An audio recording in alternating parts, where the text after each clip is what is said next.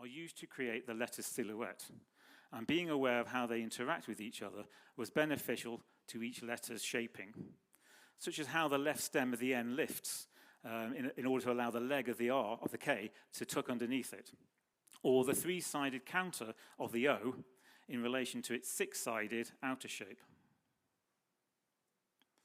Vigor, a line needs to be alive. These are the fantastic and lively raffia initials designed by Henk Krieger in 1952. They're like coiled springs, full of tension and exuberance, and they definitely do remind me of broken raffia furniture, because I remember my parents having a stool with a broken seat that looked like this. Individually, each stroke is a lively squiggle, as a single ribbon frozen in movement.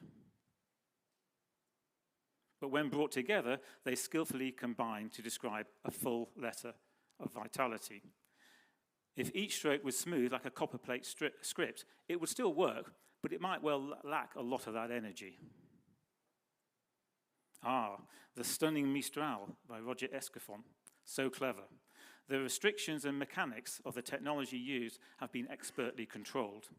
Escafon's handwriting in the third line down shows the initial chaotic structure, which has been formalized in the final typeface at the bottom. The degree of formalizing is important. It's a fine balance between keeping it alive and making it typographic.